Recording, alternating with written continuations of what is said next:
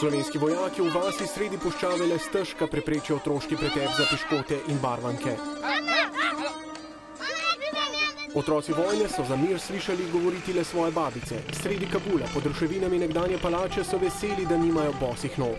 V begunskih taboriščih beda in vojna vzgajata otroke. Matere imajo dovolj dela na fronti preživetja. Vojna v Afganistanu se ne bije samo na prvih frontnih linijah v puščavi ali pa v nekih bazah. Tudi tu, v Kabulu, je prva frontna linija. V bolnišnici, pravzaprav porodnišnici Malalaj, se na leto rodi 25.000 otrok. In tu imajo samo 200 postelj. Tako ženska lahko le 6 do 8 ur preživi v tej bolnici.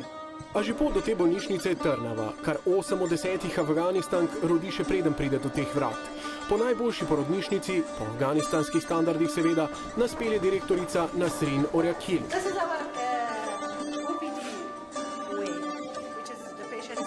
Tu so samo lani usposobili kar 1700 babic, za časa talibanov jih je bilo v celi državi le 100. V tej porodnišnici je skoraj vso zdravstveno osebje žensko in največja pridobitev so zdravstveni kartoni. Za njih so poskrbeli Američani.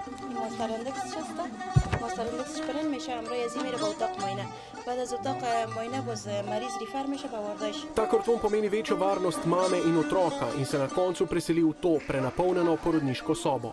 10 postelj, 30 porodnic in 30 otrok. Bolniška sestra prinese otroka in mama vzdigne roko, misli, da je njen. Noben od njih še nima imena. Možnost, da preživi do svojega prvega rojstnega dne, so večje kot pred leti. A še vedno je Afganistan otrokom najmanj prijazna država na svetu. Ti obrazki so stari le nekaj ur.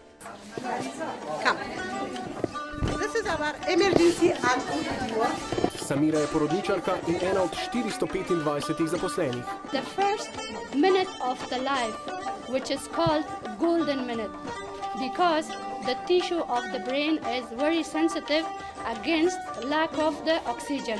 Pomanjkanje gretja pa ne opazi nihče. To je edini grelec v celotni porodnišnici, a ženske so lahko vesele, da rodijo prav tu. Vsaka ima poprečno več kot 5 otrok in samo v Malalaju v čakalnico prihajajo dan in noč. A kljub temu peklu otroških nasmehov ne manjka. Čeprav se igrajo v globanjah starih množičnih grobišč, volje za življenjem ne izgubljajo. V nekaterih provincah so bolj zadržani do tujcev, drugje prav nič. Afganistan ima po 3 desetletjih vojne še vedno 6,5% naravni prirastek.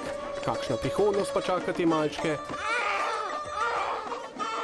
pa je že drugo vprašanje.